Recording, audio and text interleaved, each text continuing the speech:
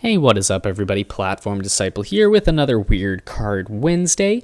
And before we get into it, I'm going to have a couple little updates here. So the first is the channel name has changed from Infinity Disciple to Platform Disciple, which more accurately reflects that I call myself Platform Disciple at the beginning of every video. The reason I'm making this change is pretty obvious. The old name, Infinity Disciple, was a nod to the card game I was playing, which was Infinity Wars, but that card game is one I'm no longer playing, so it feels more appropriate to have the channel name reflect what I've been calling myself this whole time. The other thing is that I am doing a different recording format. I am not recording facing the actual physical card for a couple reasons. The first is that my webcam, although it's pretty high quality, is very bad at dealing with the cards because they're flat surfaces that are very close to the camera. It was very hard to manipulate the camera's autofocus feature. It would frequently not focus on the card at all. And if I turn that autofocus feature off, of course, I ran the risk of the card just not being in focus at all. So, that was really problematic. And then also having images of cards as opposed to physical cards allows me to talk about cards I don't own. And that's going to be one of the cards we're looking at today. And that card is Hakon Stromgald Scourge, who is a 1 colorless and 2 black legendary creature zombie knight, who is a 3/3. And he reads, you may play Hakon Stromgald Scourge from your graveyard, but not anywhere else. As long as Hakon is in play, you may play knight cards from your graveyard, and when Hakon is put in the graveyard from play, you lose 2 life. And some of the terminology has been updated, which mostly doesn't change the effect of the card at all. It says you may cast Hakon Stromgald Scourge from your graveyard, as opposed to play. It also says as long as Hakon is on the battlefield, as opposed to when he is in play. But notably, it says you may play knight cards from your graveyard, and that hasn't been changed to cast, which means that if you have a land in your graveyard that is somehow a knight, you would be able to play that card, because lands are not cast, they are played. Interesting little tidbit, but very unlikely to come up in an actual game. And the final text that has been changed is that when Hakon is put in the graveyard from play has been changed to when Hakon dies. So, very weird card because the mana cost and the way you're casting him doesn't work the way as a normal spell does, because his mana cost is not really his mana cost unless he's in your graveyard.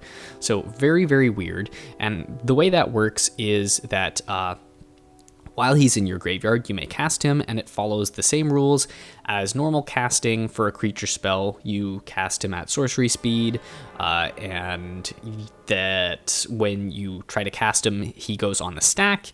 You pay for his mana cost, any additional costs as other effects would apply to him, and that also applies for other knight cards in your graveyard. When Hakon's in play, they work the same way. And for Hakon, notably, he can't just not be cast from your hand. He can't be cast from other zones either. So he cannot be cast from your command zone in Commander if you choose to make him your commander.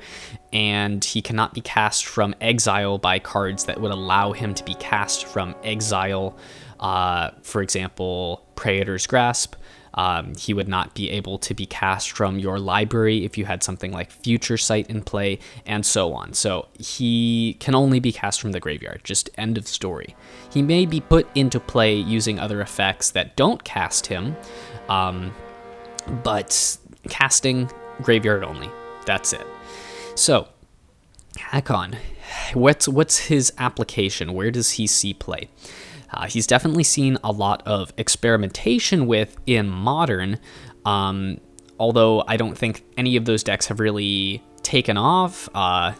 It's a fun card that people like to brew with, notably because of the way he interacts with Nameless Inversion, which is a tribal instant, which means that it has creature types, and its creature type is shapeshifter / changeling, so it has all creature types, so it is a knight card, which means that provided that Hakon is in play, you may cast Nameless Inversion repeatedly, given you have the mana to do so. So that's been kind of Hakon's claim to fame in Modern, is that he himself is replayable, and he allows you to remove presumably any number of creatures, and Nameless Inversion, the removing of creature types, can be relevant sometimes in Modern. So it's an interesting little combo there.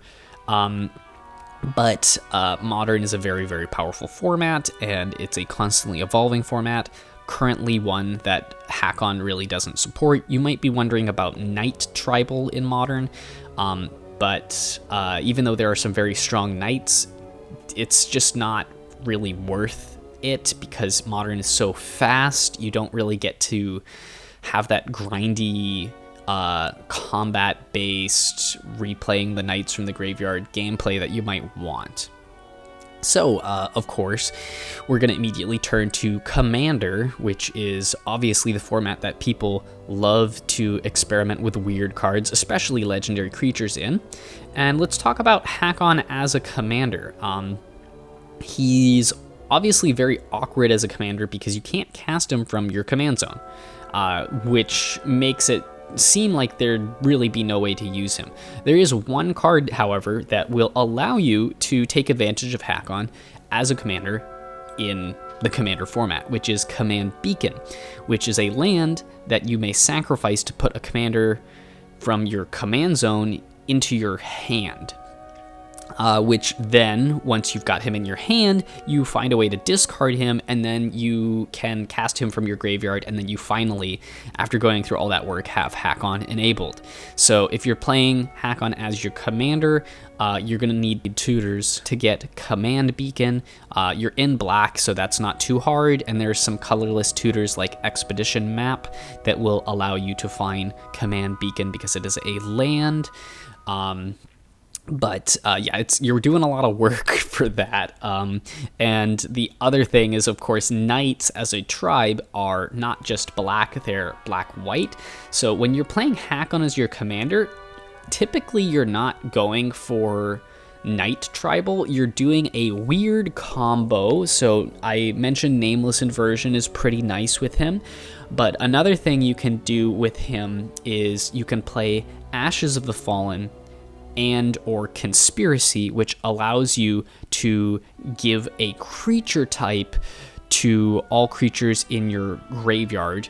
And you're obviously choosing Knight, which allows you to perform some combos. You'll be able to recast creatures from your graveyard repeatedly, and if you have a sack engine, you can potentially go infinite. So one of the easiest examples is any zero cost creature or any effectively zero cost creature. For example, Priest of Gix is basically zero cost, and Phyrexian Arena, which you can sacrifice a creature, get a mana, you can recast that card from your graveyard because it is a knight, and you generate infinite mana, and from there, it's easy enough. And because Hakon, your combo pieces are, for the most part, coming from the graveyard, it's very nice because you can run cards like Buried Alive or Entomb to put those combo pieces in your graveyard to enable that combo. And typically, graveyards are harder to interact with. I mean, that's maybe not completely true, but you have the chance of your opponent just not really interacting with your combo, because if they kill a combo piece, it goes back where you want it in your graveyard. So unless they exile a combo piece, you should be in good shape. So he's an interesting commander, but because the amount of work you have to do to kind of like enable him, getting him out of the command zone, he's never going to be like the best commander, but he's a fun and interesting commander. That being said, of course, he can be used in the 99 in your commander deck. So who would you use as the commander if he's going to be in the 99? Presumably, you're looking to play a knight-themed deck. And there's not really that many legendaries that you could use. Really, the number one example is going to be Ariel, Knight of Windgrace, which enables you to use white, which gives you access to the large majority of other knights in the game. And Ariel has some knight synergies herself, so it's a fun, cool deck. I don't think Knight Tribal is really that fantastic, but if you're gonna do Knight Tribal, Hakon is definitely a card that you would like to have in your deck because he's really, really good with other knights. It's just that in mono black, and with the amount of work you have to do to get him out of the command zone, he's kind of meh. It's really once you introduce white that you get access to more of the kind of knight synergies. So that just about covers it for Hakon.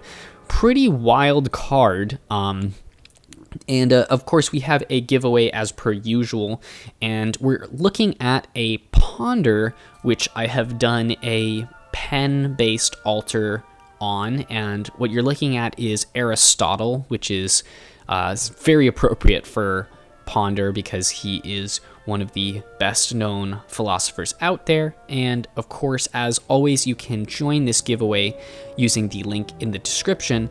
Speaking of which, the foil peel swamp with the death mark on it, the eyeball with the skull that I had from a couple weeks ago, the winner of that has not claimed the card yet. So Jacko, if you're watching this video, please check your email. If you don't check your email and respond within the next week, I really am just going to end up probably giving away the card to somebody else because I can't really hold on to the card forever. But yeah, anyways, please respond to the email, and everybody else who's joining these giveaways, be prepared to check your email within a week of me, or I guess after a week of the video's release, so that I can get the card to you.